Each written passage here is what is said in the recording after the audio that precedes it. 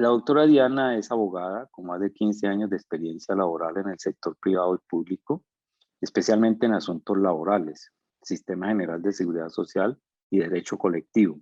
Es especialista además en gerencia de la seguridad y salud en el trabajo de la Universidad Santiago de Cali y actualmente se desempeña como inspectora de trabajo del despacho territorial para asuntos de competencia en riesgos laborales y de seguridad y salud en el trabajo.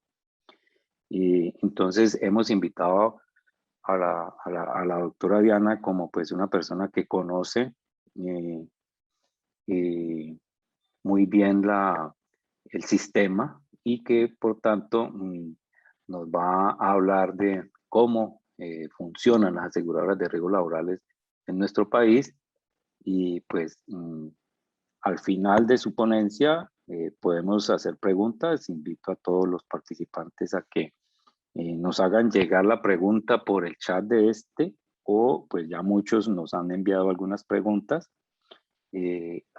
cuando se inscribieron y entonces podemos darle respuesta a esto. Entonces, para que la doctora Diana nos haga, nos cuente cómo es que nos desarrolla el tema y nosotros al final le hacemos todas las preguntas.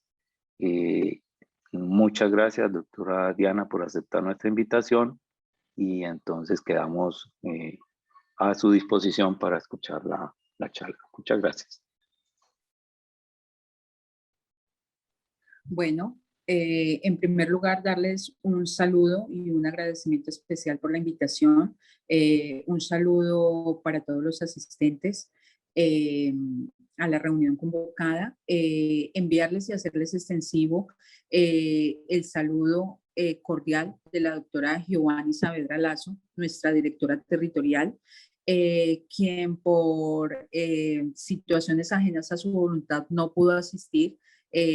Tenía presupuestado la asistencia y esta capacitación, pero lamentablemente no nos puede acompañar el día de hoy. Pero les manda un cordial saludo, como siempre, el despacho de la directora territorial del Ministerio de Trabajo en el departamento es de puertas abiertas.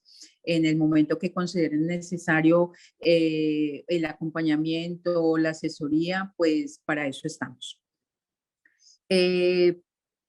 Renglón seguido, aunque ya me presentaron nuevamente, mi nombre es Diana Lorena Peña Baena, soy funcionaria adscrita al despacho de la Dirección Territorial como inspectora de Trabajo y Seguridad Social en materia de inspección, vigilancia y control respecto de las normas de riesgos laborales y seguridad y salud en el trabajo. Bueno, me gustaría que de pronto en algún momento, si tienen alguna duda, para no sentirme así como que estoy solita aquí con toda esta tecnología al lado, se hagan sentir un poquito, bueno, para hacer más amena la conversación del día de hoy. Voy a compartirles pantalla respecto de la presentación. Bueno, entonces iniciamos por decir que las funciones de las administradoras de riesgos laborales tienen a su cargo las siguientes funciones principales, aunque en el artículo 80 del decreto 1295 se encuentran estipuladas en su extensión. Inicialmente, entre las principales tenemos el recaudo de las cotizaciones que hacen las empresas por sus trabajadores o de los trabajadores independientes. Recordemos que el sistema tiene trabajadores dependientes y adicional aquellos trabajadores independientes que también deben estar vinculados al sistema si realizan alguna actividad de carácter laboral. Está también dentro de las funciones la de asesorar a las empresas y demás afiliados sobre programas de promoción y prevención, la de brindar atención médica y de rehabilitación de los trabajadores que se accidentan o enferman por causas propias de su trabajo, que conocemos como las prestaciones de carácter asistencial, y está el pago de prestaciones económicas como las incapacidades, pensiones de invalidez y de sobrevivientes que se puedan generar como consecuencia de los accidentes o enfermedades laborales, lo que conocemos como prestaciones de carácter económicas y que están a cargo del sistema, obviamente.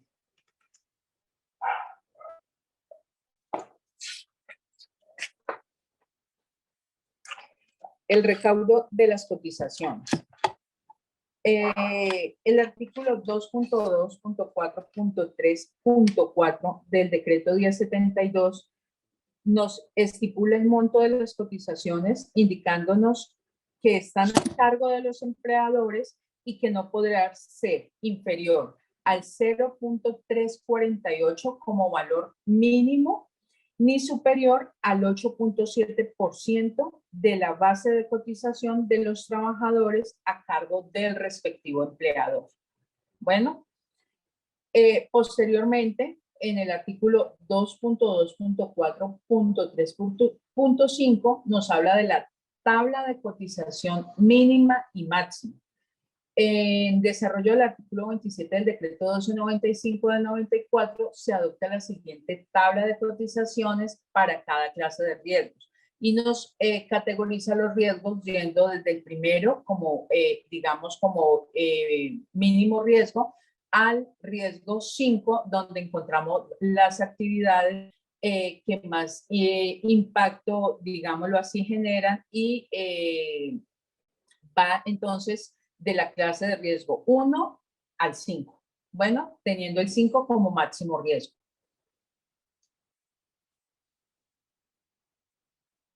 El recaudo de las cotizaciones. El responsable y porcentaje de la cotización. Para los trabajadores dependientes, al empleador le corresponde el pago del 100% de la cotización. El trabajador no contribuye en la cotización. Como ustedes bien saben, en materia de seguridad social integral, respecto de los aportes al sistema de pensiones, así como el de salud, le corresponde un porcentaje al empleador y un porcentaje del pago le corresponde al trabajador. Esos son los descuentos que se realizan para realizar los correspondientes aportes. Pero en materia de riesgos laborales, el 100% de la cotización o de la contribución al sistema se hace o le corresponde únicamente al empleador. Para los trabajadores independientes con contrato de prestación de servicios que desarrollan actividades de la clase de riesgo 1 al 3, le corresponde al contratista el pago del 100% de la cotización. Es decir, que aquí ya la ley nos dice, mire, si es independiente, la responsabilidad es del prestador de servicios. Para el trabajador dependiente, el 100% del aporte está en cabeza del empleador. Para los trabajadores independientes con contrato de prestación de servicios que desarrollan actividades de las clases de riesgos 4 y 5, le corresponde al contratante el pago del 100% de la cotización. Entonces, es un punto para tener en cuenta respecto de las actividades que se realizan por parte de o a través de contratos de prestación de servicio cuando las actividades corresponden del riesgo, del riesgo categoría 1 al 3 o en la categoría 4 y 5 respecto del pago del aporte o de la cotización al Sistema General de Riesgos Laborales. Para los trabajadores independientes, agremiados o asociados, le corresponde al agremiado o asociado el pago del 100% de la cotización.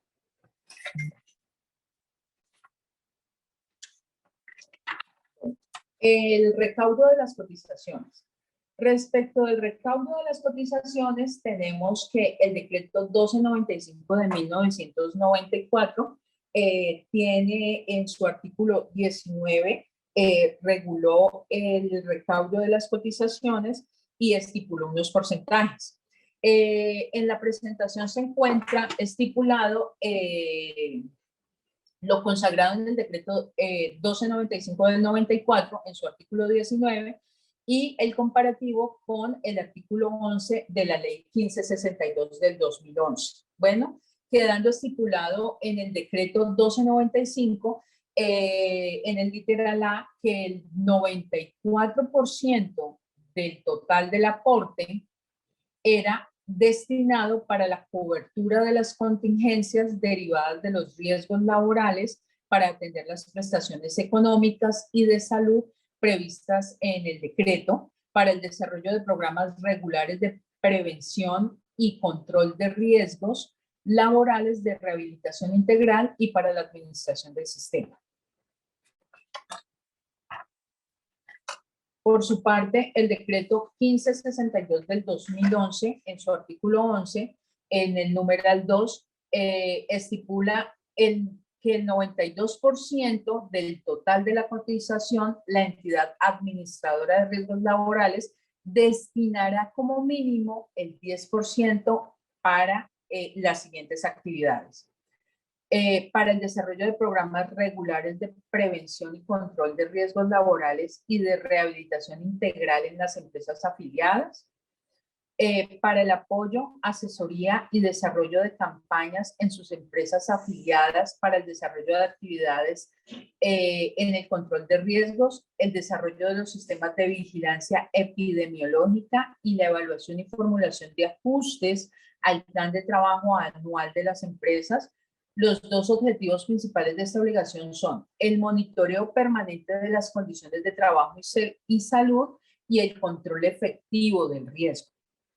Como ustedes saben, siempre se ha tenido en el sistema de riesgos laborales un enfoque preventivo, porque es con este enfoque que se puede asegurar que finalmente se concrete esa accidentalidad o que finalmente se presenten enfermedades laborales, si no se maneja desde un enfoque preventivo.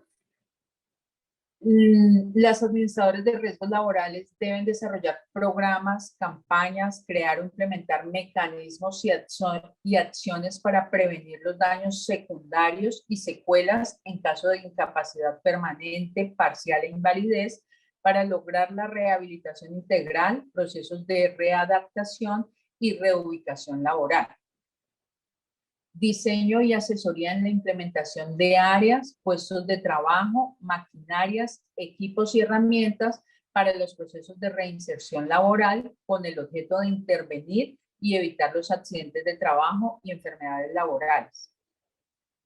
Suministrar asesoría técnica para la realización de estudios evaluativos de higiene ocupacional o industrial, diseño e instalación de métodos de control de ingeniería según el grado de riesgo para reducir la exposición de los trabajadores a niveles permisibles. Doctora Diana. Sí, señor. Ingrid Escalante nos pregunta que ¿a quién le corresponde el pago como independiente, con contrato? Es algo que por favor le repita. Bueno, al trabajador independiente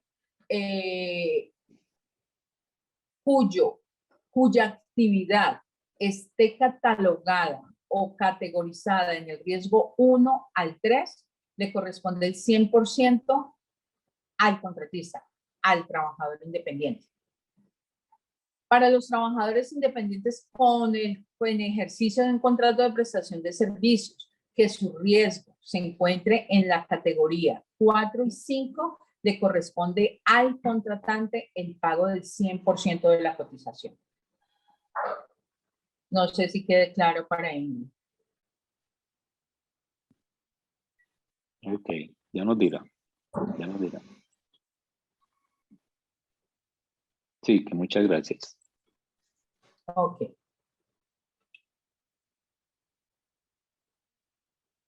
Bueno, continuando con el recaudo de las cotizaciones, nos consagra el decreto 1295 que el 5% que del valor total de la cotización, el 5% se destinaría para administrar en forma autónoma, o sea, para los gastos de administración.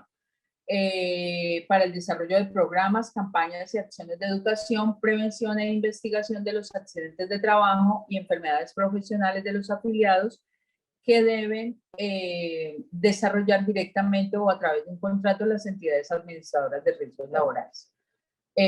Por su parte, la ley 1562 del 2011 establece que del 5% total de la cotización sería destinado para realizar actividades básicas programadas y evaluadas conforme a los indicadores de riesgos laborales para las empresas correspondientes.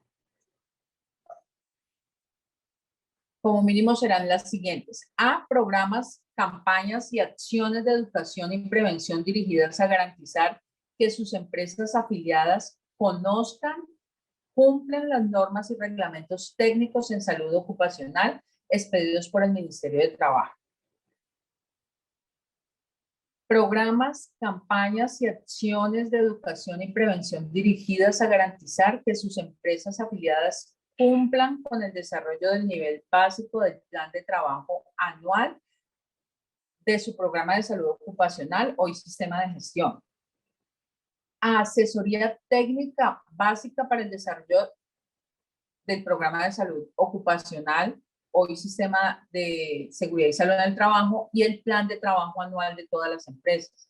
Capacitaciones básicas para el montaje de las brigadas de emergencia, primeros auxilios y sistema de calidad en salud ocupacional. Capacitación a los miembros del comité paritario para el COPAS en aquellas empresas con un número mayor o superior a 10 trabajadores o, en su defecto, a los vigilantes ocupacionales. Recordemos que el comité debe constituirse cuando las empresas tengan un número superior a 10 trabajadores y de lo contrario, cuando tengan un número inferior, pues deberán de tener un vigía ocupacional. Fomento de estilos de trabajo y vida saludables de acuerdo con los perfiles epidemiológicos de las empresas. Investigación de los accidentes de trabajo y enfermedad laboral que presenten los trabajadores de sus empresas afiliadas.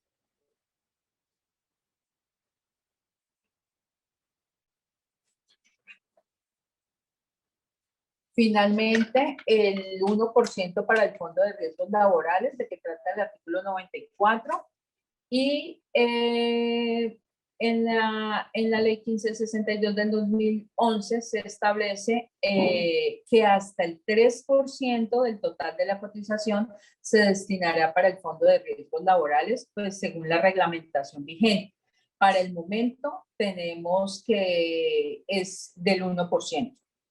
La 1562 permite que ese 1% vaya o se regule, se establezca hasta un 3% del total de la cotización, pero en estos momentos se encuentra estipulada, establecida en un 1%. Bueno, recordemos que las ARLs tienen una función de vigilancia subrogada por parte del Ministerio de Trabajo.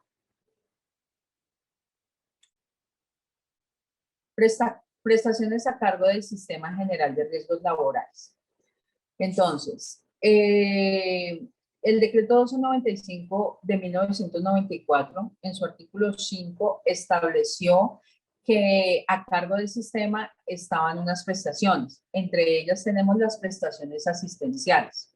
Entonces nos dice respecto de las prestaciones asistenciales que todo trabajador que sufra un accidente de trabajo o una enfermedad laboral tendrá derecho, según sea el caso y según sea la necesidad, a asistencia médica, quirúrgica, terapéutica y farmacéutica, a servicios de hospitalización de llegar a requerirse, servicios odontológicos, suministro de medicamentos, servicios auxiliares de diagnóstico y tratamiento, tendrá derecho a prótesis órtesis, su reparación y su reposición solo en casos de deterioro o de desadaptación, cuando a criterio de rehabilitación se recomienda, rehabilitaciones físicas y profesionales, gastos de traslado en condiciones normales que sean necesarios para la prestación de estos servicios. ¿Ya? ¿Qué pasa con estos gastos del traslado? Recordemos que en ocasiones, de acuerdo al accidente o a las consecuencias físicas que haya tenido el accidente, pues hay personas que se les realizan cirugías y que por un tiempo el trabajador queda incapacitado o queda mermado en su movilidad y requiere de un transporte especial para poder asistir a sus citas médicas o de rehabilitación. Entonces, en esos eventos, pues surge el derecho a que se cancelen por parte de las ARLs los gastos de traslados. ¿Qué entidad brinda la prestación asistencial? Entonces, los servicios de salud que requieran los trabajadores o los afiliados derivados del accidente de trabajo o de la enfermedad laboral serán prestados a través de su EPS.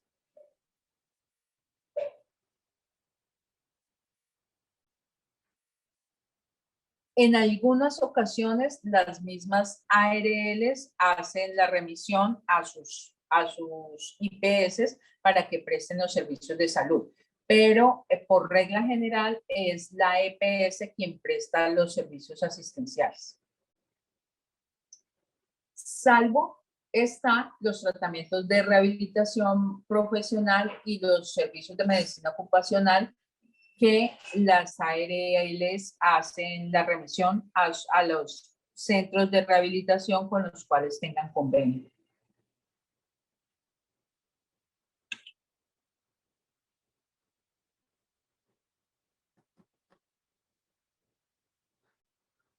Bueno, respecto de los gastos derivados de la prestación asistencial del Sistema General de Riesgos Laborales, pues estos gastos de salud que tengan relación directa con la atención del riesgo ocupacional están a cargo de la administradora de riesgos laborales.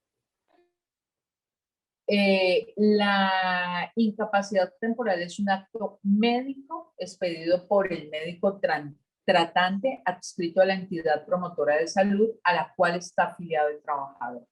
Esto se encuentra normado en el artículo 38 del decreto 1295 de 1994. O sea, quien expide la incapacidad, pues debe ser el médico tratante quien la expida. Respecto de quién presta los servicios de salud de los afiliados al régimen subsidiado con eventos de origen laboral, entonces hay los servicios de salud que demanden las personas que se encuentran afiliadas al régimen subsidiado del Sistema de Seguridad Social en Salud, pero que hayan tenido una contingencia de origen ocupacional generada sea por secuelas de enfermedad laboral o por accidente de trabajo, que se encuentren calificadas de origen ocupacional o laboral, serán prestados por las entidades promotoras de dicho régimen, es decir, por las ARS. Y los gastos que demanden dicha prestación será con cargo a la administradora de riesgos laborales que corresponda, de acuerdo a lo señalado en el artículo 1 de la ley 776 del 2002. La ARL deberá reconocer íntegramente las prestaciones asistenciales y económicas derivadas de este evento. Entonces, sabemos que para los accidentes de trabajo, la ARL que debe salir a sanear esta situación o que será del cargo de la cancelación de esos gastos, pues es la ARL que de la ocurrencia a la cual se encontraba afiliado el trabajador al momento de la ocurrencia del accidente laboral. Respecto de la enfermedad laboral, pues será la ARL a la cual la empresa se encontraba afiliada.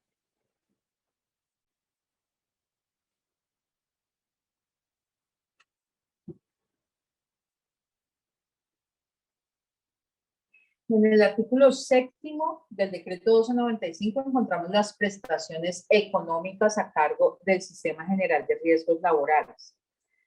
Y nos dice que todo trabajador que sufra un accidente de trabajo o una enfermedad laboral tendrá derecho al reconocimiento y pago de las prestaciones económicas, a saber, subsidio por incapacidad temporal, indemnización por incapacidad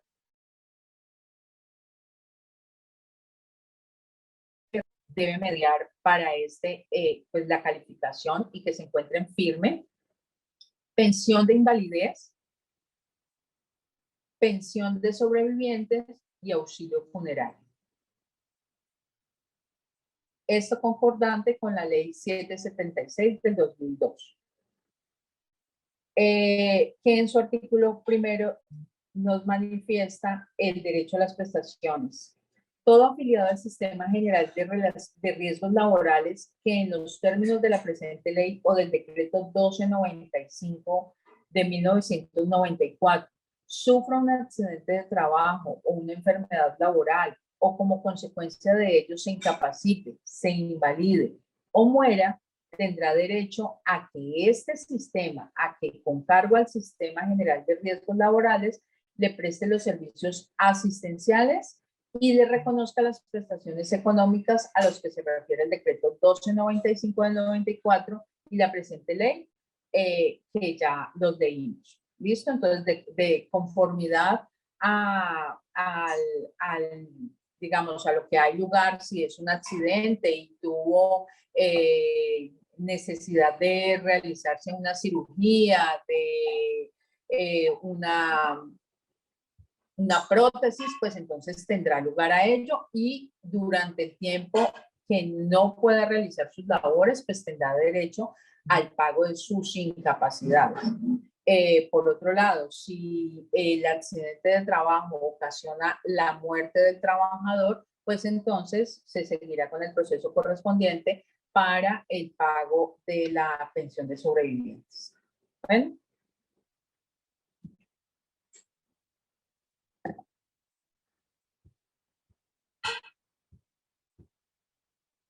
Bueno, ya habíamos dicho quiénes pide la incapacidad laboral, ya dijimos que era el médico tratante. El monto de las prestaciones económicas. En el artículo 3º de la ley 776 del 2002 se establece que todo afiliado a quien se le defina una incapacidad temporal recibirá un subsidio equivalente al 100% de su salario base de cotización calculado desde el día siguiente en que ocurrió el accidente de trabajo y hasta el momento de su rehabilitación, lo que hablábamos ahora. Durante ese periodo que él no pueda desarrollar sus actividades porque inicialmente se le practicó la cirugía y posteriormente sigue en el proceso de rehabilitación para obtener su estado de mejoría máxima. Durante ese periodo, pues con cargo al sistema estará el pago de las incapacidades que equivalen al 100% de su salario base de cotización.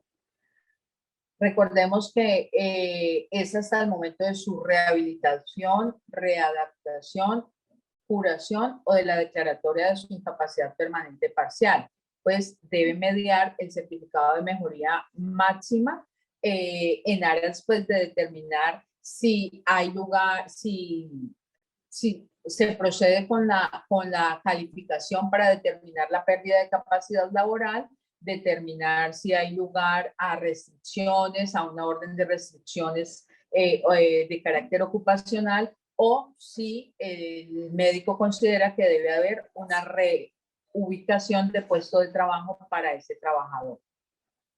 El pago se efectuará en los periodos en que el trabajador reciba regularmente su salario. Para la enfermedad profesional será el mismo subsidio calculado desde el día siguiente de iniciada la incapacidad correspondiente a la enfermedad diagnosticada como de origen profesional.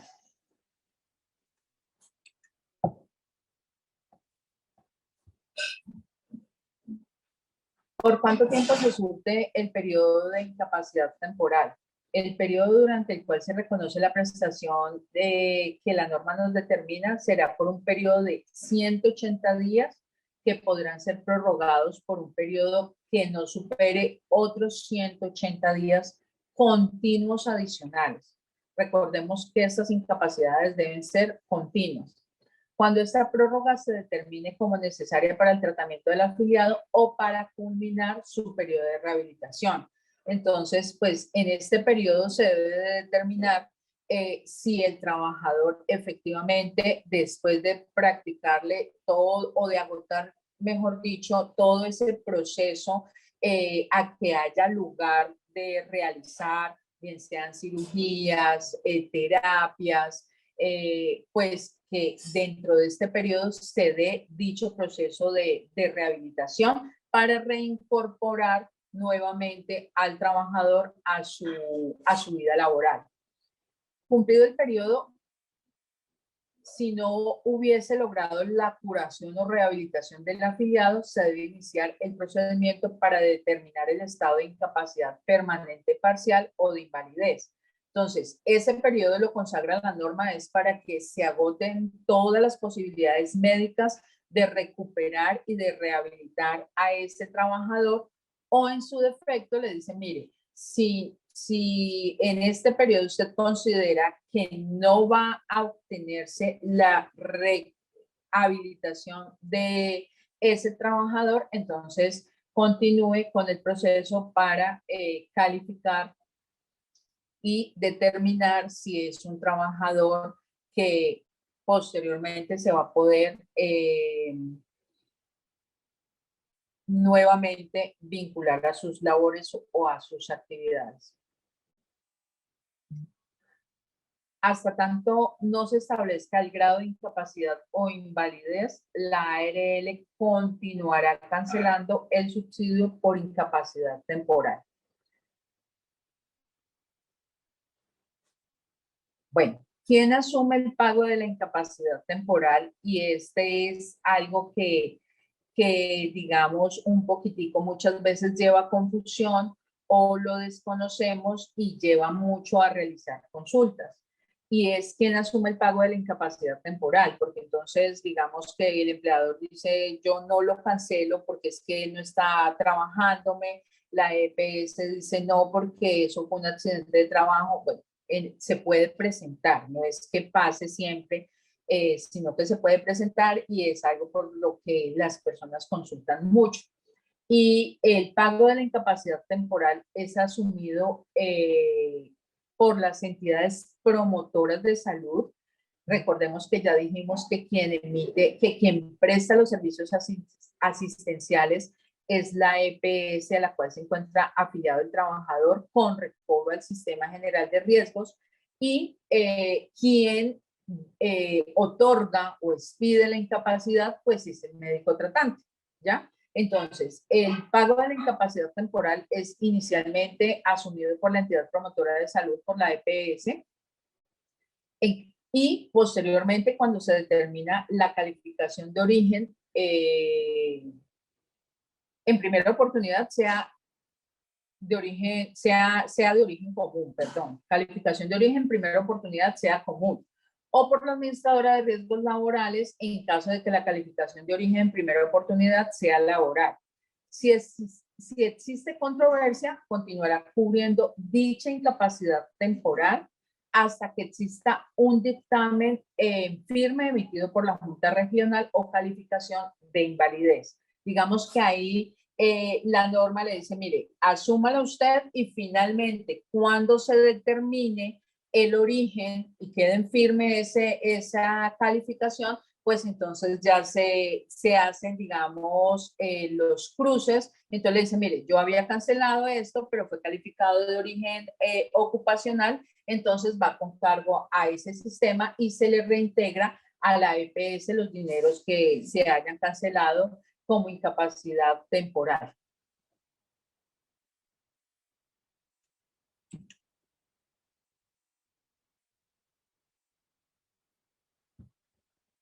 Respecto del monto de la pensión de invalidez, según el artículo 10 de la ley 776 del 2002, estipula que a quien se le defina una invalidez tendrá derecho desde ese mismo día a las siguientes prestaciones económicas.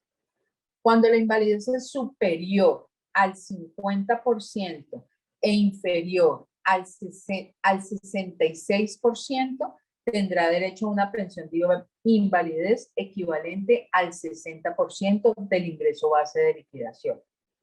Es decir, que aquí tenemos que verificar cuál ha sido el porcentaje de calificación. Ya sabemos todo que una persona se califica como inválida cuando su porcentaje de pérdida de capacidad laboral supera el 50%. Cuando la invalidez sea superior al 66%, tendrá derecho a una pensión de invalidez equivalente al 75% del ingreso base de liquidación. Cuando el pensionado por invalidez requiere el auxilio de otra o otras personas para realizar las funciones elementales de su vida, el monto de la pensión de que trata el literal anterior se incrementa en un 15%. ¿Qué pasa? Hay personas que su invalidez le permiten con dificultad algunas veces realizar algunas actividades personales. No obstante, hay otras que por el tipo de invalidez, pues las personas sufren daños físicos que no le permiten velar en muchas ocasiones por unas condiciones mínimas para ellos mismos. Entonces, ahí es cuando se puede solicitar que esa pensión se incremente en un 15%, toda vez que requiere el acompañamiento o la asistencia de una persona.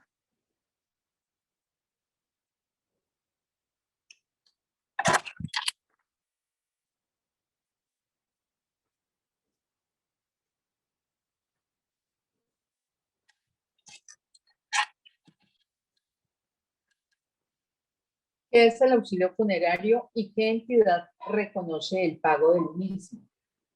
Entonces, el pago del auxilio funerario es para quien compruebe o el beneficiario, digámoslo así, es la persona que comprueba haber sufragado los gastos de entierro del afiliado, o sí, de entierro, de velación del afiliado o pensionado en el Sistema General de Riesgos Laborales.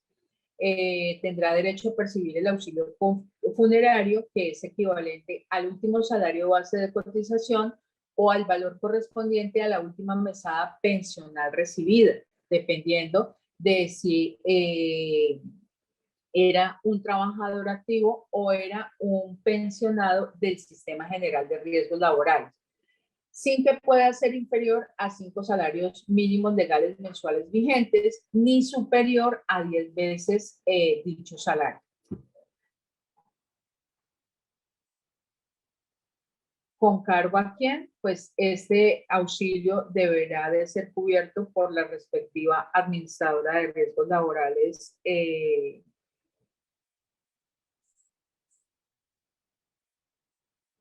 ¿Cuál es el ingreso base de liquidación? O IBL, para el reconocimiento de las prestaciones económicas.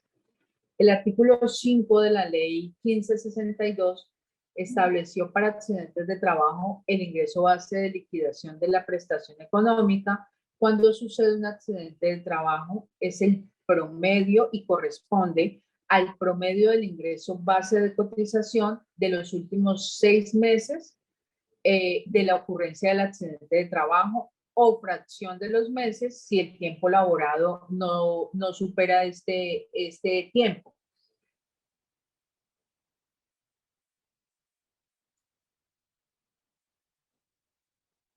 Para hacerlo más concreto, el ingreso base de liquidación corresponde al promedio de los últimos 6 meses del ingreso base de cotización reportado ante la ARL. En caso de que el trabajador no hubiese trabajado 6 meses, sino que ha trabajado 3 meses, 20 días, pues entonces será ese promedio. Se hará con el ingreso base de cotización de ese promedio de días trabajados. Entonces ya sabemos, o 6 meses o el promedio del tiempo si fuera inferior.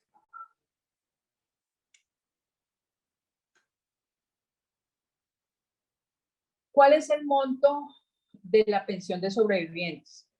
El artículo 11 y 12 de la ley 776 del 2002 estipula que si como consecuencia del accidente de trabajo o la enfermedad profesional sobreviene o si ese accidente ocasiona la muerte del afiliado, tendrá derecho a la pensión de sobreviviente las personas descritas en el artículo 47 de la ley 100 de 1993 y su reglamentario.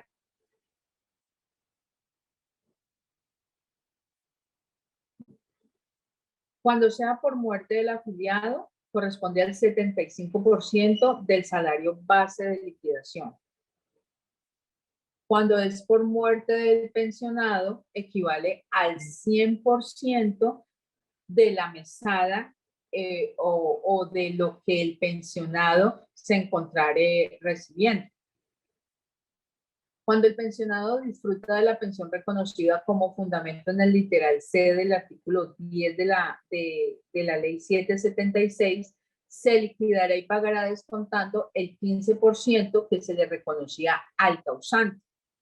Recuerden que ahora mencionamos que cuando con ocasión de la invalidez la persona tenga la necesidad de la asistencia de otra persona, la pensión del 75% podía incrementarse en un 15% adicional, ¿cierto? Pero en el caso de ese reconocimiento, cuando el trabajador o pensionado fallecen, pues ya no hay lugar. Y perdón, no el trabajador porque no habría lugar, sería el pensionado quien se encontrara recibiendo ese 15% adicional que se había reclamado para poder él contar con la asistencia de alguien más. Pues entonces, cuando ese pensionado fallezca, se sustraerá del pago el 15% que se le había otorgado para la asistencia como reconocimiento para tener la asistencia de otra persona. ¿Ya? Simplemente se cancelará el 75% de la mesada pensional o al que tenía derecho el pensionado.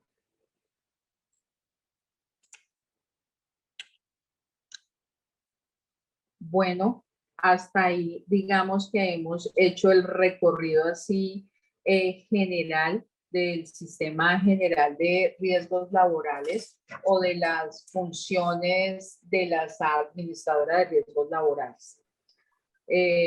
Bueno, es un tema bastante extenso, pero esperamos haber satisfecho de alguna u otra forma todas aquellas preguntas o dudas que tuvieran respecto al sistema. bueno, muchas gracias, doctora Diana.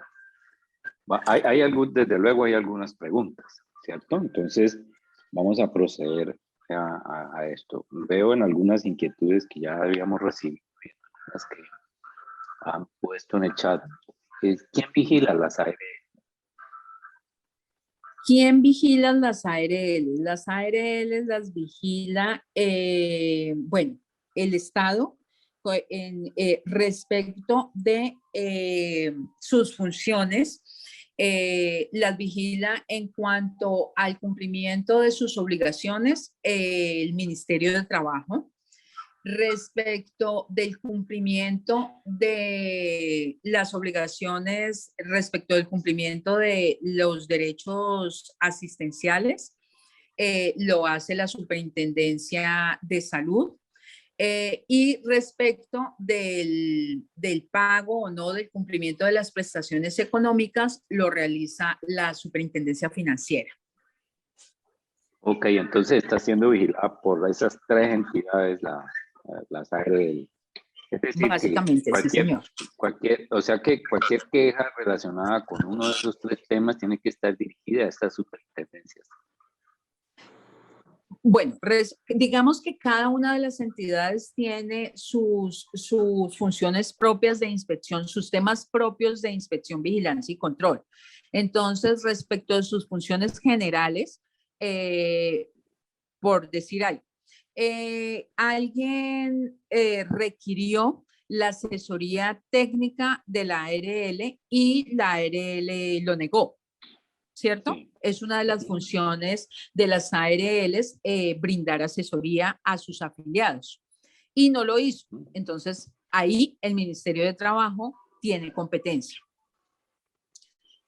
Respecto de, hubo un accidente de trabajo y se hizo todo el trámite, pero resulta que la ARL no prestó la asistencia médica.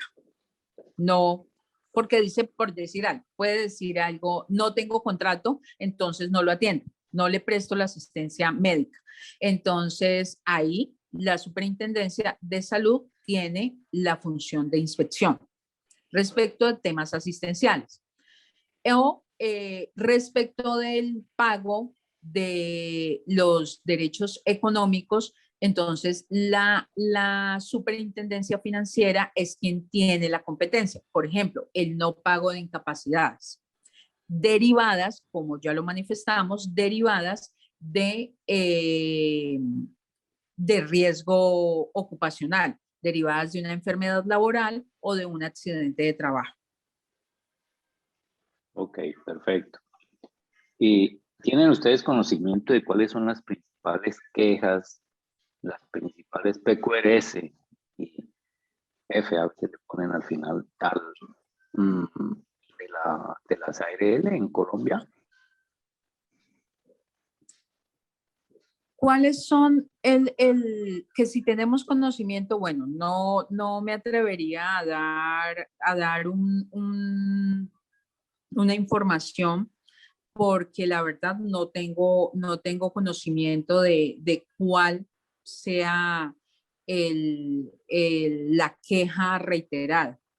Digamos que, ¿por qué? Porque muchas de las quejas que conoce el Ministerio de Trabajo, pues digamos que son generales, porque como existe desconocimiento respecto de las competencias que tienen cada una de las entidades, entonces muchas veces al ministerio llegan muchas solicitudes de no me han pagado mi incapacidad. Entonces, sufrí un accidente de trabajo y no me han cancelado la incapacidad o me la pagaron con tanto porcentaje y es un accidente de trabajo y yo tenía que recibir el 100%. Entonces, no me atrevería a dar una información concreta, unos datos concretos, porque no tengo, digamos, esa información, no la manejo. Ok, sé que Luz Helena tiene la mano levantada, pero habían unas preguntas previas, Luz Helena. Permíteme hacer esas preguntas previas y te doy la palabra. O si quieres, puedes escribirla en el chat y podemos leerla para que quede aquí también. Bueno, también hay preguntas relacionadas con esa pérdida de capacidad laboral del 50 al 66%. Y no sé si la pregunta aplique, pero entre el 50 y el 66% de incapacidad le darían una pensión al trabajador equivalente al 60% del ingreso base de cotización. Esto en términos técnicos, pues se lo voy a poner en términos técnicos. Bueno, si yo como médico detecto un 60% de capacidad, de pérdida de la capacidad laboral, y le voy a recortar el ingreso a una persona que ahora va a necesitar mucho más servicios y se la voy a poner al 60% de lo que se ganaba. Esto en términos de técnicos, pues no es como, no se ve como congruente. Esta decisión, yo sé que es una ley, pero es una decisión que puede estar castigando doblemente a la persona que se llegue a incapacitar y que sufre todo este proceso de calificación y además por haber tenido la pérdida de capacidad, ya sea por accidente o por una enfermedad laboral. Entonces lo castigan doblemente bajándole los ingresos. Así podría verse. Eso ¿conoce usted, por ejemplo, cuáles fueron las decisiones técnicas para tomar tal decisión? Pues digamos que lo que sabemos todos, y es que cuando se expide una norma, regulación desde una circular a este, pues sea unos fundamentos técnicos y un desarrollo normativo adicional. Cuando se hace mejora de la norma, pues lo que se hace es un análisis de cómo estábamos normados anteriormente y posteriormente se hace de conformidad a las necesidades, pues se hacen las evaluaciones técnicas correspondientes para mejorar la norma o en su defecto para regular las situaciones jurídicas que se presenten en el momento. El desarrollo técnico como tal, no. De todas formas, el Ministerio de Trabajo tiene la parte técnica de riesgos laborales, la subdirección. Bajo ese presupuesto, pues ellos se encuentran muy bien documentados y trabajan siempre en procura de la norma desde la parte técnica, porque es que aquí se mezcla una parte, digamos, técnica y jurídica adicional de estar mezclada con la parte asistencial, ¿no? Que digamos, juegan un papel relevante en las relaciones laborales, toda vez de que no es solamente la relación empleador-trabajador, sino que ya el Estado juega un papel relevante respecto de regular técnicamente y científicamente, pues lo que atañe a seguridad y salud en el trabajo y riesgos laborales.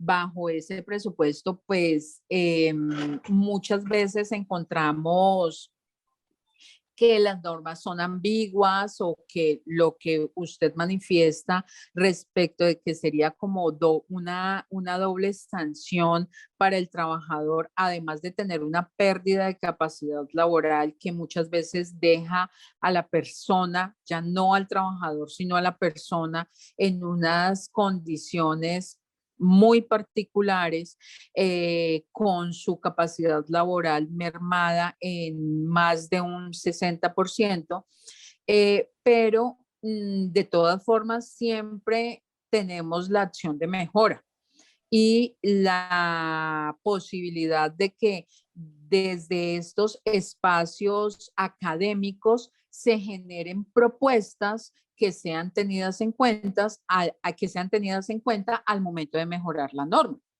Precisamente estos espacios de academia son los que permiten evidenciar ciertas particularidades de la norma que a veces consideramos pues que que son al lugar o que no caben dentro del ámbito jurídico. Perfecto. Imagínese también pues que sea una persona relativamente joven que tenga hijos pequeños todavía por educar y sacar adelante o sea, la decisión está tomada como si todos fueran iguales y como si todas las situaciones fueran iguales. Entonces, esa era la pregunta. Yo creo que esa es una buena discusión seguramente para mirar la norma. Claro que sí.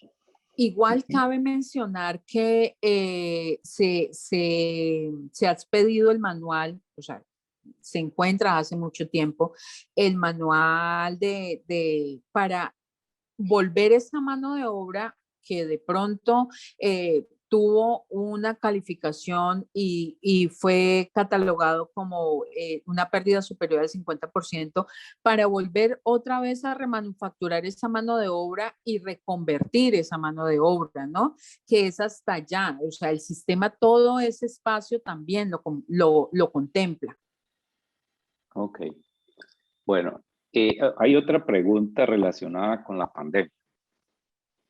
Sí, Y señor. ahorita se habla mucho de la presencialidad y pues hay unas resoluciones y hay unos nacionales que prácticamente están haciendo retornar a la presencialidad eh, en algunos escenarios cerrados. Tal vez en los escenarios abiertos se cumpla algunas cosas, aunque es muy controvertible técnicamente hablando toda esta supuesta protección que se está dando y que la cobertura de vacunación lleva a una protección, pero bueno, hay una discusión técnica. Hay varios técnicos diciendo no deberían acortar los tiempos de, de aislamiento porque eso aumenta la transmisión y se aumenta la transmisión, se aumentan las posibilidades de generar nuevas variantes y las variantes, afortunadamente esta última, a pesar de ser más infecciosa, parece menos severa, pero no podemos saber cómo se va a comportar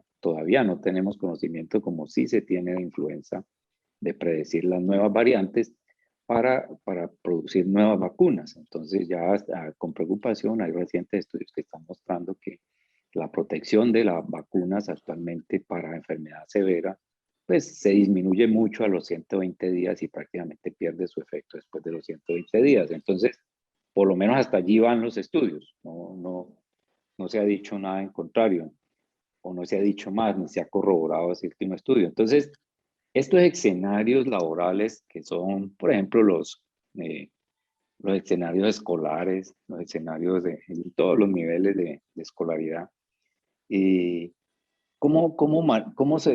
el Ministerio de Trabajo, por ejemplo, cómo manejaría el COVID entonces en estos escenarios? Como una enfermedad que le corresponde su atención a las aseguradoras de riesgos laborales, o le corresponde a las EPS, o va a seguir el mismo manejo hasta que se demuestre cuál fue el mecanismo, lo cual es supremamente difícil, puesto que la enfermedad está en todas partes. Entonces, ¿eso cómo se va a manejar frente al COVID? Bueno, yo les puedo decir que respecto del COVID, de la pandemia, pues el Estado ha generado diversas normatividades en la medida en que ha avanzado el desarrollo casi que de carácter y de origen globalizado, ¿no? En la medida que ha avanzado el proceso de vacunación, bueno, quienes sean médicos podrán manejar mejor el tema respecto del proceso de vacunación, de los procesos de obtener, se me fue la palabra, de rebaño, de Inmunidad de que, rebaño. exacto, la inmunidad de rebaño. Pero respecto de la parte laboral, pues el COVID se ha atendido de conformidad a la normatividad o a la regulación que ha hecho el gobierno en cabeza del Ministerio de Salud. Atendiendo a esos requerimientos, pues se han realizado en sinergia con varias entidades del Estado, Secretaría de Salud Municipal, Secretarías de Salud Departamental, Ministerio de Salud, el Ministerio de Trabajo por su parte, garantizando primero, obviamente, la salud de todos los colombianos, porque hay que atender no solamente a la población que está vinculada mediante un contrato de trabajo, sino que aquí había que atender a toda la población, ¿cierto? Y bajo ese presupuesto, todos sabemos que para el sector salud, el reconocimiento se hizo de forma casi que automática. Y quien trabajara en el sector salud, se determinó que si resultaba contagiado por COVID, su enfermedad se iba a calificar de origen ocupacional.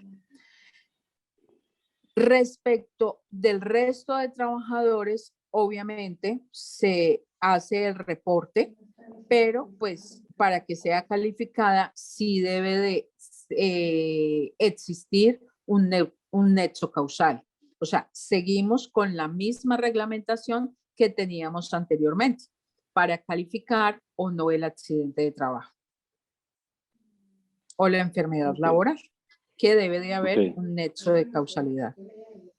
Es decir, en términos operativos, por ejemplo, en una persona que regresa a la presencialidad en escenarios escolares, por ponerlo así, o incluso en escenarios de oficinas públicas, esa persona sufre COVID, esa persona puede hacer su reclamación a ARL y seguiría todo el curso que usted nos ha mencionado que debe haber, o sea, sigue atendiéndolo la EPS hasta que se determina el origen, y si se determina el origen, entonces la EPS cobra la ARL, y si hay pérdida de capacidad laboral significante, entonces entra también todo, se manejaría como en la misma ruta.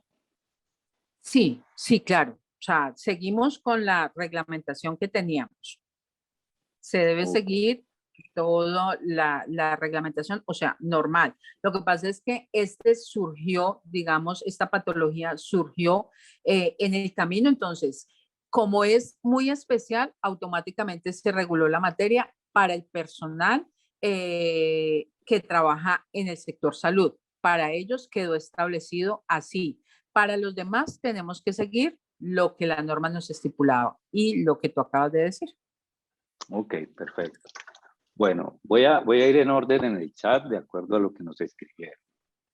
Y está el secretario de Salud de Piendamó, o sea, Silvio Alegría, del secretario de Salud de Piendamó, que nos pide el favor de que le podamos enviar la presentación al correo. Doctor Silvio, la presentación queda en nuestra página web de la Escuela de Salud Pública. Allí usted podrá recuperar el video para volverlo a mirar. Y otra inquietud de Jaime. Y dice que las ARL no realizan evaluaciones ambientales en empresas pymes o pequeñas por la cotización tan baja. Él dice cómo hacer para que cumplan con esa evaluación ambiental. Doctora Lorena. Diana Lorena. Bueno, las obligaciones de las ARL están establecidas y es prestar la asesoría. Presenten la solicitud, háganlo por la forma en que tienen establecidos los mecanismos de comunicación con su ARL.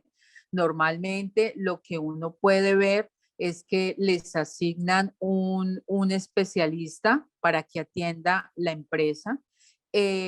Sigan, agoten ese conducto y si obtienen una respuesta negativa, pues preséntenla ante el Ministerio de Trabajo. El Ministerio de Trabajo verificará el cumplimiento o no de esas obligaciones. Ok, entonces en ese caso se iría por el Ministerio de Trabajo, porque es una función que nos están prestando directa. Es la competencia que tenemos, sí señor. Está dentro de nuestras competencias. Bueno, y Jaime también pregunta que si no se tienen buenos indicadores en la empresa de la seguridad y salud en el trabajo, ¿se puede modificar el porcentaje de cotización? Al fin, ¿cómo va esa idea? Sí. Él dice pues que parecerse...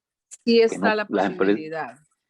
Ya, ¿eso está reglamentado ya o está en un proyecto? Sí, está en el cuadrito que tenemos en las diapositivas, ahí está. En el valor mínimo, valor inicial y valor máximo. Ahí está. Dependiendo, se puede incrementar o se puede disminuir. Ok. Entonces, de acuerdo a unos resultados esperados, ¿se aumenta o se disminuye? De acuerdo a lo que se encuentra. Es la idea. Ajá. Ok. Bueno, Jaime nos había repetido la pregunta. Luego preguntó Marta Lucía. Nos dice, ¿es legal que las ARL o a las micropymes no le asignen asesor, sino que lo envían a charlas virtuales y nada de asistencia y asesoría a la empresa. Eso, pues según lo que nos acaba de contar la doctora Diana, no sería legal. Eso sería, si no le cumplen, entonces iría la queja directamente al Ministerio de Trabajo, no a ninguna otra, ni a la Supersalud, ni a la Superfinanciera, sino directamente al trabajo, al Ministerio de Sí, Trabajo. la idea es que de conformidad a las competencias que cada una, o sea, a las competencias de investigación, vigilancia y control de IBC que tienen cada una de las entidades, pues se remitan dependiendo las querellas o las solicitudes de investigación. Y de acuerdo a las competencias, pues la entidad entrará a hacer la respectiva y la correspondiente investigación. Efectivamente, o sea, cada ARL tiene su manejo interno. No estoy diciendo con ello que se les tiene que nombrar, no. Cada entidad, digamos, regula su manera de trabajar, ¿ya?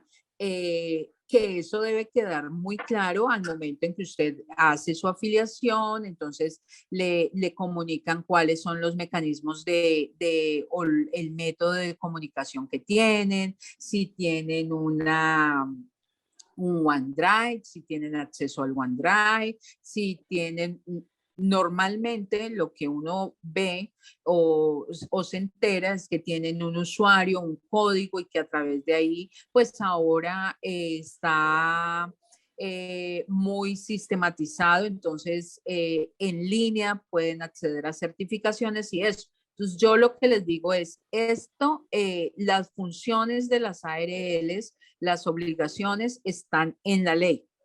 Si usted considera que de su ARL no ha obtenido el asesoramiento, entonces solicítelo, agote inicialmente esa solicitud con su aseguradora y posteriormente no se hace o se obtiene la negativa, entonces comuníquelo a la autoridad competente, que para el caso en particular sería el Ministerio de Trabajo. Ok. Y bueno, aquí en la pregunta de Lina María también veo un componente importante, es que, pues, si mal no recuerdo, las pymes y las mini pymes en Colombia generan entre el 60 y el 80% del trabajo según temporadas. O sea, es decir, son una gran fuerza de empleo en el país. ¿Hay alguna consideración especial del ministerio para hacer vigilancia de estas pequeñas y medianas empresas para que las ARL no les cumplan con todas las asesorías que deben brindarle? ¿Hay alguna estrategia especial del Ministerio de Trabajo para eso? A ver, la norma en ningún momento discrimina o hace diferenciación ni en porcentajes ni en la atención. O sea, entiendo la pregunta respecto de las MIPYMES y obviamente, digamos, de la diferencia en el servicio que pueden sentir los usuarios o los afiliados respecto del servicio que se les presta. No debe, la ley no lo contempla y no debe haber ni siquiera una categorización. 5 trabajadores de una empresa que presta servicios equivalen a los mismos 5 trabajadores de una empresa de 1.500 trabajadores. O sea, la población trabajadora es la misma y deben tener la misma cobertura, deben tener la misma asesoría, realizar el mismo acompañamiento, porque recordemos que el sistema está previsto desde una perspectiva de prevención. O sea, no le podemos poner un valor ni superior ni inferior. Todos somos trabajadores y todos tenemos que apostarle desde la óptica o desde el lugar donde estemos, todos tenemos que apostarle a que el sistema precisamente funcione engranado. ¿ya? Y siempre mirándolo desde una perspectiva preventiva. Entonces, el acompañamiento, la asesoría debe estar siempre presente, indiferente de si tengo 3 trabajadores o si tengo 100, 200 o 3000. Bueno, ese es un enfoque de la pregunta. Pero creo que entonces no hice muy bien la pregunta. Lo que veo es que en la revisión que hicimos previamente a esta charla, y pues aquí surgen las preguntas, parece que las ARL le cumplen más a las grandes empresas que a las pequeñas empresas. Entonces si el ministerio, por ejemplo, pues la ley no lo dice, pero si les están incumpliendo más a las pequeñas empresas, pues debería ser un foco de trabajo mucho mayor para hacer cumplir eso en las pequeñas empresas, dado que en esas pequeñas empresas está la mayoría de la fuerza laboral del país. Entonces, Y se hay hace, algunas. se hace, Doc. Se Bueno, hace, ok, doctor. esa Se era la hace el pregunta trabajo. realmente. Sí, el trabajo se hace desde el Ministerio de Trabajo. El Ministerio de Trabajo, dentro de su plan anual de trabajo, tiene digamos, un plan de visitas que se realiza a varios sectores y siempre dentro del plan de trabajo del Ministerio de Trabajo, en inspección, vigilancia y control, siempre se hacen visitas a las ARLs. Lo que pasa es que cuando nosotros vamos, obviamente recogemos pruebas aleatorias, pero se revisa. El trabajo se hace por parte del Ministerio de Trabajo, sí, señor. Obviamente, cuando llega una queja específica, una petición o una información de alguna empresa afiliada, pues obviamente digamos que se revisa esa información en particular, ¿cierto? Pero sí se tiene contemplado dentro del plan de trabajo del ministerio de las visitas a las ARLs, que se afilien, por ejemplo, a las empleadas del servicio doméstico o a los trabajadores del servicio doméstico, porque también es reiterado cuando uno escucha, no, es que yo solicité la afiliación de mi trabajador en tal parte y no me lo negaron. Ustedes saben que la afiliación a la ARL no se puede negar. Entonces, digamos que sí se revisa. Ok. Bueno, paso a darle la palabra a Luz Helena. Sobra decirte, Luz Helena, que breve y concreto, doblemente mejor. Entonces, ¿quién puedas? Por favor, le abren el micrófono a Luz Helena. Muy buenos días. Sí, Buenos días, doctor. Qué pena con ustedes. Primero que todo, pues piles disculpa de pronto por entrar un poquito tarde, pero es que yo vivo por acá en un corregimiento y la verdad toda la noche y todo el día estuvo lloviendo. No teníamos red, no teníamos internet ni energía, nada. Entonces no sabía cómo conectarme, estaba desesperada. Porque la Ok, verdad me Luz Helena. interesaba mucho ingresar, porque estos temas me gustan muchísimo. Lo que pasa es que hay un pequeño inconveniente, pues ya que yo los escuché hablar del tema, por eso me interesaba mucho escucharlos. Mi cuñado está pasando por una situación difícil, estuvo trabajando en una empresa hace mucho tiempo, él hace 13 años prácticamente él tuvo un accidente laboral, pero prácticamente él se quedó sin nada, porque es que cuando pasan este tipo de cosas, nosotros la verdad no sabemos cómo hacer, qué cosas tenemos que hacer y simplemente actuamos y hacemos las cosas de acuerdo como nos dice de pronto la empresa o la EPS o de pronto la RL y no sabemos absolutamente nada si estamos haciendo bien o estamos haciendo mal. Resulta y pasa pues de que mi cuñado se accidentó, él perdió un miembro de su cuerpo, que fue el pie, en el cual eso le afectó prácticamente todos estos 14 años, 13 años le ha afectado muchísimo. Él tiene problemas psicológicos, social, lo afectó en la parte laboral, en la parte económica, en la parte de la salud, porque está la fecha y él no tiene ni salud porque dicen que el puntaje que le dio la Junta Médica no le dio para que él se pudiera pensionar, pero también ellos deben darse en cuenta de que eso también afectó mucho en la vida de él. ¿Por qué? Porque él no tiene ¿Él cómo hace? Es que ese es el problema de todos nosotros. ¿Cómo hacemos nosotros para que él pueda recibir como esa ayuda y ese apoyo? Porque prácticamente yo no lo puedo ayudar. De pronto colaborarle, ayudándosele vueltas, llevarlo aquí o allá, ¿sí me entiende? Pero en cuestión económica yo no lo puedo ayudar. Y prácticamente él trabajó mucho tiempo con una empresa a la cual le dio la espalda porque tampoco trabajó con esa empresa lo echó. Entonces él se quedó con una mano adelante y una atrás, porque está a la hora y él no tiene ni siquiera EPS, imagínense.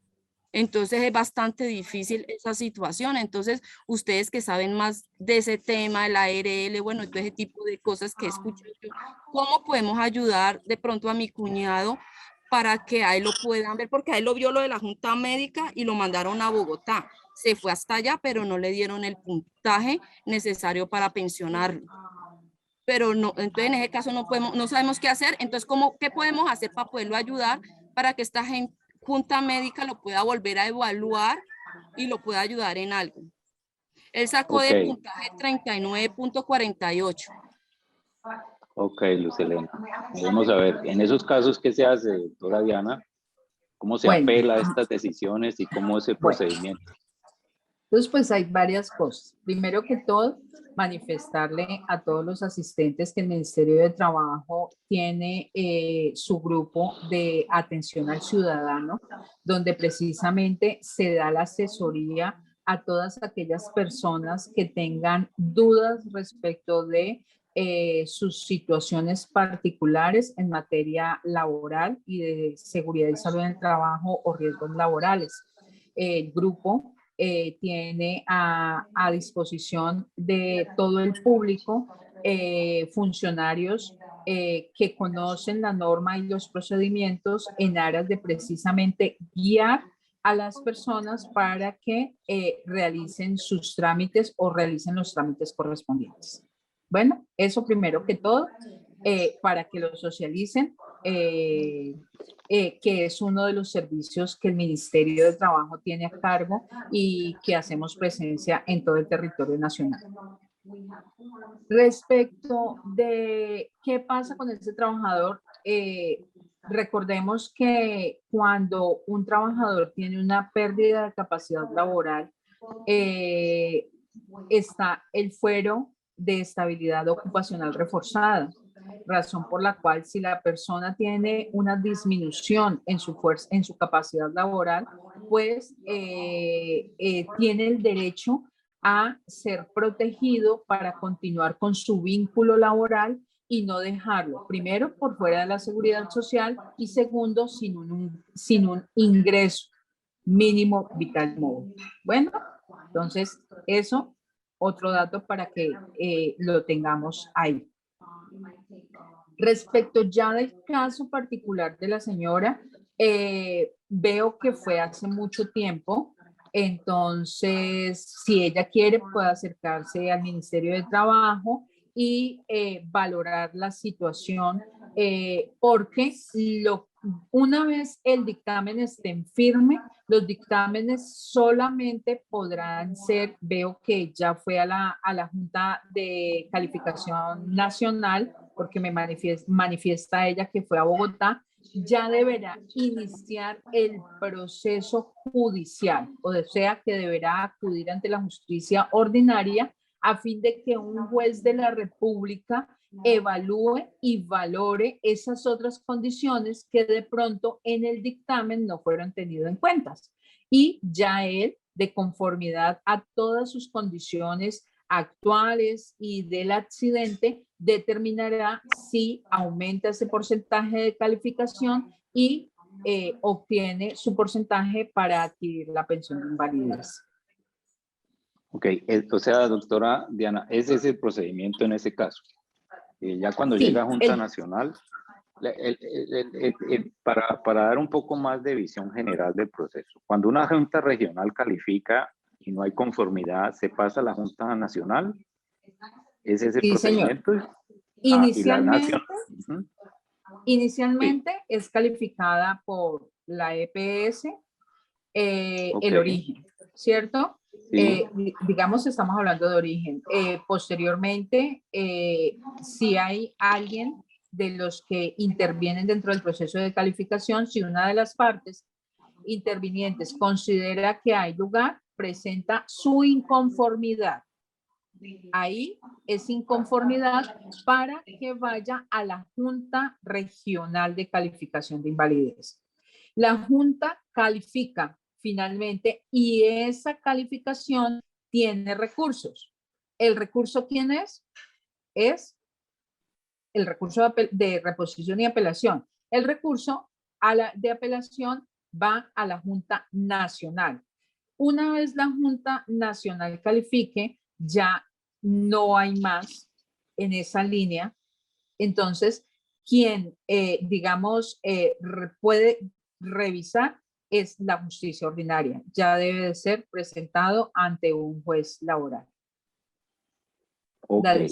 Y esta protección que usted nos menciona, pues dado el caso pues, que presentó Luz Helena, esta persona que se ha quedado sin seguridad social y sin todo esto, y no se le ha, no tenemos detalles de si tuvo o no una protección laboral, ¿por cuánto debería durar esa protección laboral y de seguridad social que debe brindarle el empleador, entiendo yo, a este trabajador? ¿O no es el empleador? Digamos que el deber ser es que ese vínculo laboral no se termine. No se termine hasta tanto el trabajador no tenga el reconocimiento de su pensión de invalidez. Ese vínculo, el deber ser es que debe perdurar en el tiempo y no terminarse. ¿Ya? Ese es el deber ser. En el caso en particular, pues, digamos que jurídicamente habría en su momento varias posibilidades, pero pues hay que mirar los documentos, hay que mirar jurídicamente la situación. O sea, usted dice no perder el vínculo laboral hasta que la Junta califique. Y si la Junta califica con menos del 50%, entonces esta persona pierde la garantía de la vinculación laboral. ¿Puede perderla? No. El deber ser es que una persona que está disminuida en su capacidad laboral debe de continuar y debe permanecer el vínculo. El vínculo debe de adaptarse su puesto de trabajo a las nuevas condiciones de esa persona. Si hay lugar, si hay orden médica de reubicación laboral, pues ese trabajador debe ser reubicado laboralmente en un nuevo puesto de trabajo que cumpla las condiciones y que efectivamente no vaya a exacerbar la patología o las condiciones de trabajo, médicas del trabajador, pero el deber ser es que ese vínculo debe de permanecer en el tiempo. O sea, eso está normado. Sí. De hecho, el artículo 26 de la ley 361, la ley Klopatowski, otorga el fuero de estabilidad ocupacional reforzada y lo manifiesta. Quien tenga una disminución, pues no podrá hacer, obviamente, ¿no? Las justas causas o sea, no deberá terminársele su vínculo laboral injustificadamente, ¿ya? Porque eso también hay que tener claras esas situaciones. El deber ser es que debe de conservar su puesto de trabajo. Ok, muy bien. Claro. Ximena levantó la mano. Voy a leer unas preguntas que antes de que tú levantaras la mano, Ximena. Bueno, aquí Caterín nos da un saludo y pregunta, cuando es accidente laboral por accidente de tránsito, ¿quién cubre con las prestaciones? ¿Qué tipo de prestaciones se dan?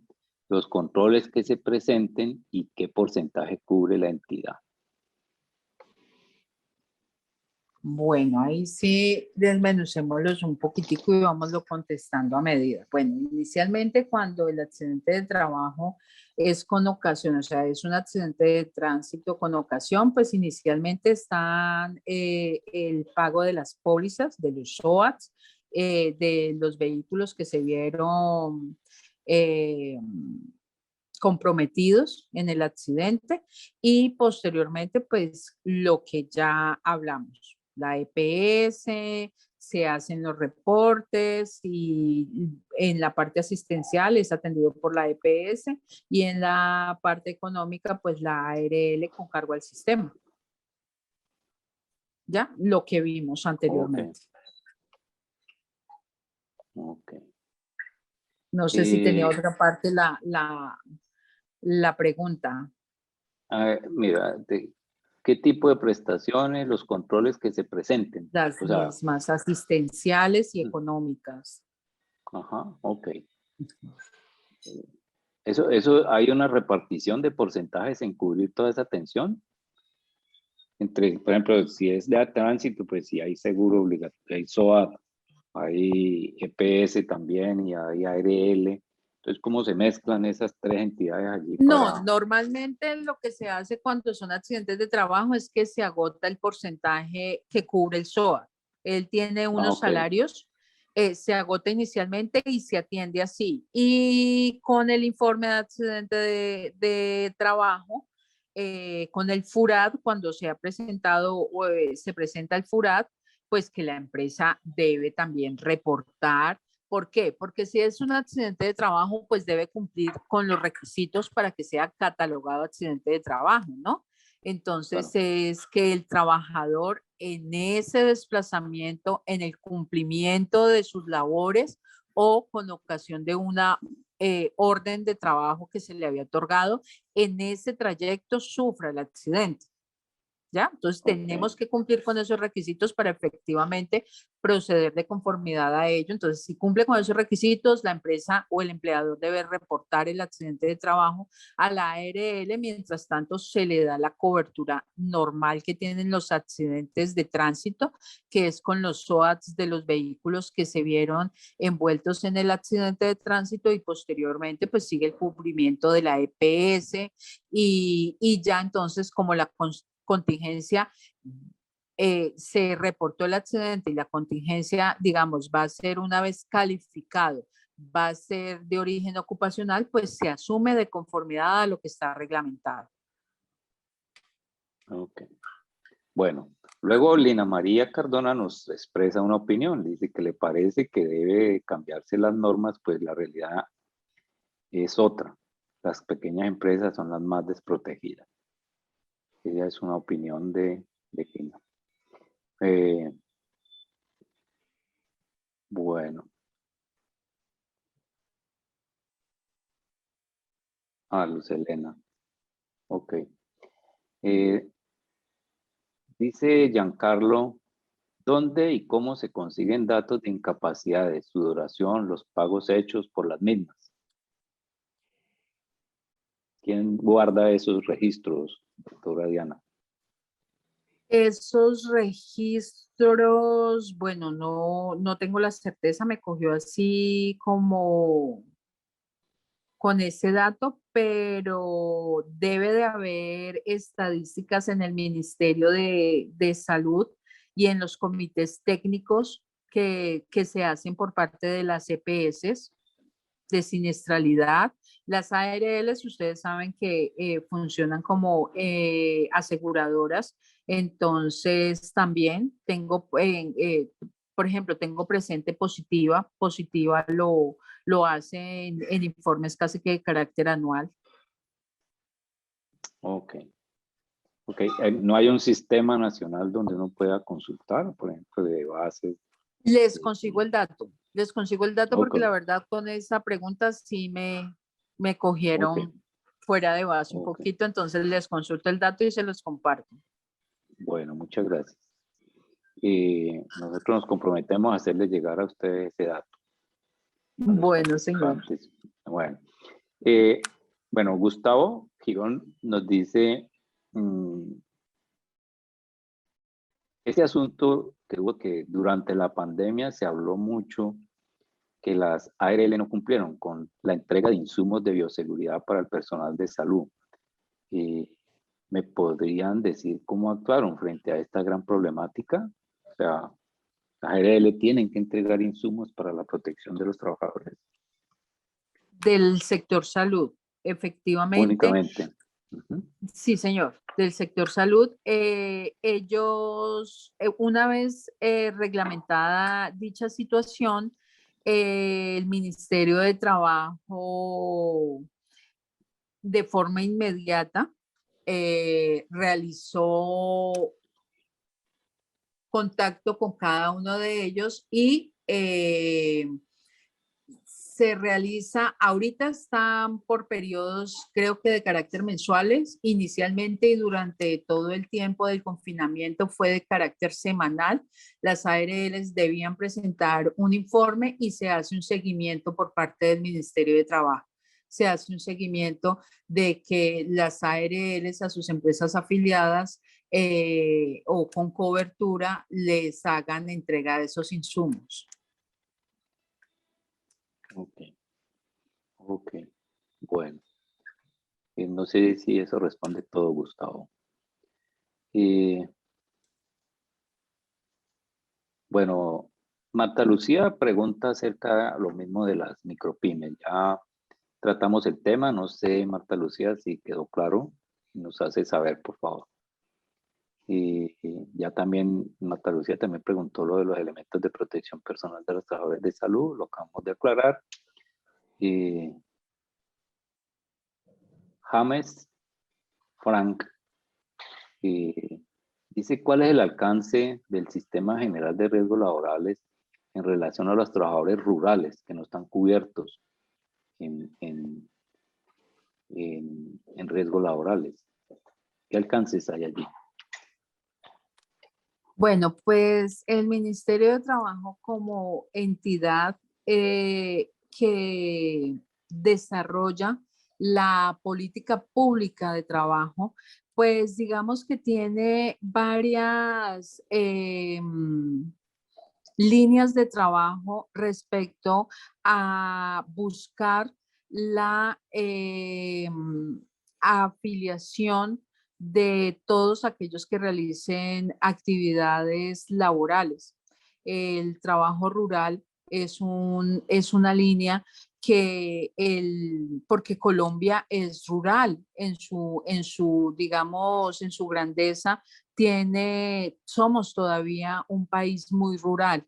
Entonces, el Ministerio de Trabajo ha buscado la asegurabilidad de todas estas personas buscando beneficios. Entonces, se han generado, por ejemplo, con Colpensiones, lo de las BEDS, buscando precisamente dándole alcance a, a,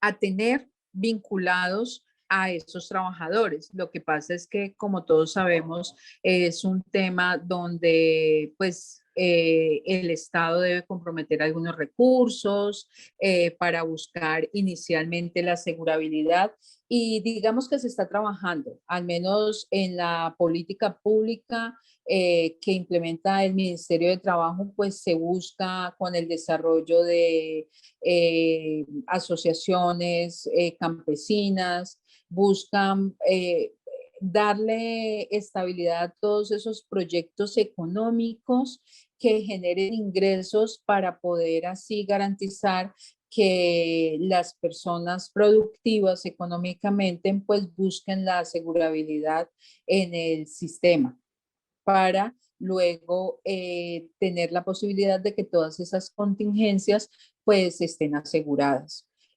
Porque normalmente el grueso de las personas lo que manifiestan es, no, pero ¿quién se va a pensionar por vejez? Ya ahora no nos vamos nadie pensiona a nadie. Cuando yo escucho ese tipo de situaciones, yo siempre les manifiesto, mire, es que usted no solamente asegura la vejez, usted asegura la invalidez, asegura la pérdida de capacidad laboral, asegura la muerte. Garantizar que cuando usted ya no esté, si es quien provee ese mínimo vital, no solamente para usted, sino para todo su grupo familiar, pues es precisamente garantizar que en el momento en que usted ya no esté, pues sus seres queridos sigan teniendo esas condiciones económicas que le garanticen la subsistencia. Entonces, digamos que es la aplicación de la política y el Ministerio de Trabajo la aplica esa política, se generan líneas de trabajo con un enfoque macro, como le digo, con Colpensiones, con Positiva, con el trabajo solidario, pues lo que se busca es precisamente darle aplicación y asegurabilidad a todas esas personas que sabemos por regla general, pues no cotizan al sistema.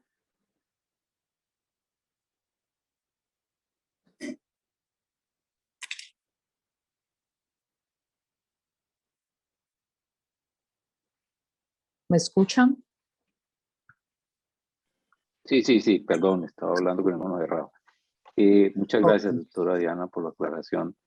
Luego aquí en el chat aparecen unas preguntas que se repitieron ya, que usted ya aclaró, ¿cierto? Ahorita entonces vamos a darle la palabra a Ximena. Por favor, Ximena, ya tenemos muy poco tiempo y creo que es casi la última intervención. Entonces, aprovechemos, Ximena, gracias. Buenas tardes. Yo tengo una pregunta muy puntual. Tengo pacientes, yo soy fisioterapeuta y trabajo con pacientes de SOAT. Y tengo una pregunta puntual que me ha pasado ya con varios pacientes y resulta que son accidentes de tránsito normal. Este paciente en específico que me genera esta duda es un paciente que tiene un turno partido. Entonces, en su medio turno se iba desplazando, se accidenta en moto, tiene una fractura compleja de fémur, ya ingresó otra vez a trabajar, pero él tiene muchas limitaciones para laborar. ¿Qué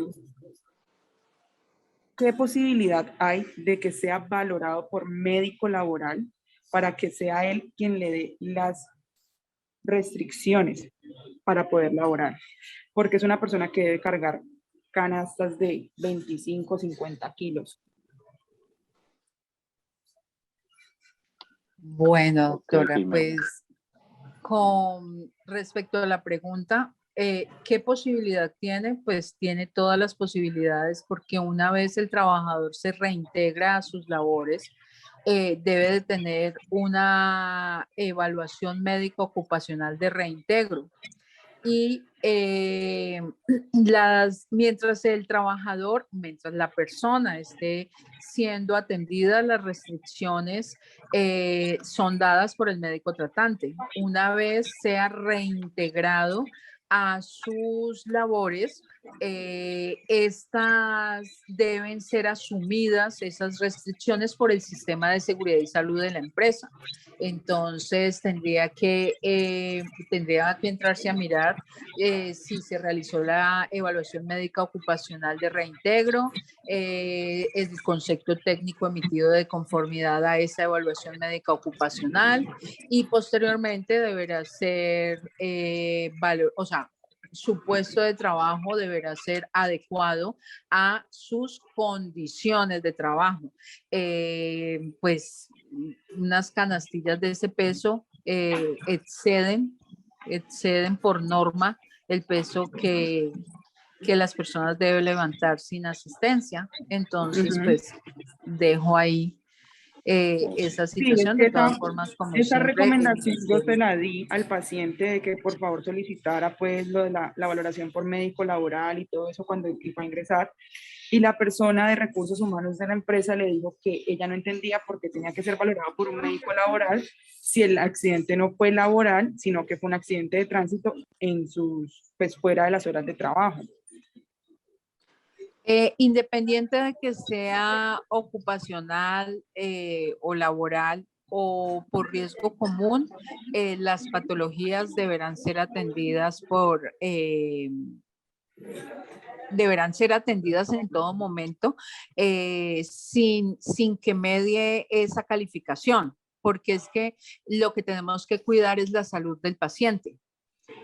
O la salud de ese paciente que es paciente para el sistema, pero es trabajador para la empresa. Entonces, y lo que se debe, o sea, nadie se debe enfermar en el trabajo. Nadie está exento de que ocurra un accidente, pero mi trabajo no puede exacerbar esas condiciones médicas que yo tenga. ¿Ya? Entonces, independiente, ese trabajador sí tiene que ser evaluado. Obviamente, me imagino que tuvo, por la manifestación que usted me dice, tuvo que tener una incapacidad superior a 30 días, me imagino, y Fueron sí, casi 4 meses. claro, sí debió de haber tenido su evaluación médica de reintegro, y esa está Doctora, estipulada en la norma. Pregunto, ¿me ok, repite por favor lo que usted me había dicho? Valoración por médico laboral. Me dijo que una ficha técnica. Ficha técnica, no, concepto técnico. Concepto, ya. Ajá. ¿Y qué otra Ajá. cosa me habían dicho? Un concepto, nada, la valoración, y es el médico ocupacional el que le emite el concepto, y en el concepto se estipulan las recomendaciones ocupacionales, que normalmente casi siempre el médico las saca con la recomendación que esas deben ser tenidas en cuenta en la vida laboral y en la extralaboral. Entonces, posteriormente, pues el sistema lo debe asumir con esas recomendaciones y se debe adaptar el puesto de trabajo. Si hay lugar a una reubicación, pues deberán reubicarlo dependiendo del concepto técnico que finalmente arroje la evaluación médico ocupacional. Listo, muchísimas gracias. bueno, Con gusto. doctora Lorena, yo creo que usted va a tener que volver con nosotros porque hay muchísimas preguntas que se han quedado todavía, y voy a lanzarle la última, y qué pena con nuestros participantes, pero nos estamos pasando de la hora. Aquí hay una pregunta interesante en términos de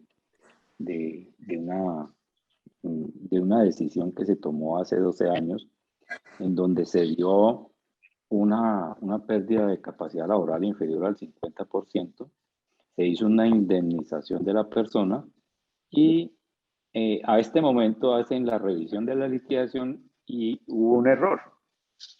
¿Se puede reclamar o hay algún tiempo de prescripción para ese tipo de errores? Bueno, ahí ya es un concepto netamente jurídico, ¿no? Pero yo creería, lo que pasa es que es muy complicado sin mirar la documentación, Mejor emitir un dicho, ¿esos concepto casos son de esto. reclamables o no son reclamables? Todo es reclamable, habría que Ah, entrar ok. a mirar. Ok. O sea, eso se puede volver a revisar. Sí, señor, habría que revisar. ¿Ante quién tiene que acudir una persona que tenga ese problema o crea tener ese problema? Pues yo creo que deberá inicialmente acudir bueno, primero a la asesoría jurídica. Nuevamente les digo, el Ministerio de Trabajo tiene dentro de sus competencias la atención a los usuarios. Entonces pueden acudir al Ministerio de Trabajo. En su defecto están los defensores públicos en materia de derechos laborales, en materia laboral. Pueden asistir a la Defensoría del Pueblo para que le asignen un defensor en materia laboral o en lo laboral, y él también emite conceptos técnicos jurídicos respecto a eso, y si tienen la posibilidad de pagar una consulta jurídica, pues también lo pueden hacer. Ok. Bueno, doctora Diana Lorena, yo creo que vamos a tener que volverla a molestar porque realmente hay varias preguntas que no vamos a alcanzar a responder por cuestión de tiempo. Entonces, pues vamos a volverla a invitar. Para mí Ustedes, sería un gusto volverlos a acompañar. Espero poder ser designada nuevamente para atender cualquier invitación que tenga la organización. Nuevamente, el Ministerio de Trabajo, Dirección Territorial Valle del Cauca, como entidad del orden nacional y a nivel territorial, somos de puertas abiertas. La doctora Giovanni Saavedra es es una funcionaria de puertas abiertas para atender los requerimientos que la ciudadanía siempre tiene. Entonces, con mucho gusto estamos para colaborarles. Está dentro de nuestras competencias y créanme que lo hacemos con mucho gusto y mucho agrado. Bueno, muchas gracias. Creo que ha sido muy ilustrativo. Muchas personas en el chat, varias personas en el chat han manifestado pues que se sienten complacidas y que han ganado claridad en el tema, cosa que nosotros Eso es lo también le agradecemos. importante. Eso es lo importante, que se haya dado claridad, que se haya dentro de las dudas que teníamos y se hayan creado otras, porque así nos permite tener esta cercanía con quien hace de nosotros una entidad misional para todos. Esa es Entonces, nuestra función. Entonces quedamos como compromiso, doctora Diana, vamos a recoger las preguntas que se han quedado sin respuesta en este momento. Se las vamos a enviar y si en un momento dado pues podemos volver a retomar el tema, entonces lo programamos, ¿le parece? Perfecto, me parece muy bien. Bueno, muchas gracias a todos por asistir. No, a Recuerden ustedes. que este es un evento Disculpan la frecuente. demora en el inicio de la conversación, pero es que estas fallas técnicas, bueno, esperemos que cada día es sean comprensible menos. todo esto. Sí, muchas gracias. Bueno, señor. Bueno. Quedan pues cordialmente invitados. Avisaremos con prontitud nuestro próximo evento de la comunidad pregunta. Siempre tratamos de estos temas ustedes que nos acompañan en este espacio pues nos pueden sugerir temas acerca de lo que ustedes quieran conocer. Ya tenemos algunas personas asiduas en nuestro evento, entonces estamos muy pendientes de sus intereses para poder coordinar este tipo de charlas. Les agradezco mucho su participación en nombre de la Facultad de Salud de la Universidad del Valle, de la Escuela de Salud Pública y de nuestra Oficina de Extensión y Proyección Social. Muchas gracias a todos. Hasta pronto. Hasta luego, que tengan buen día, buen almuerzo.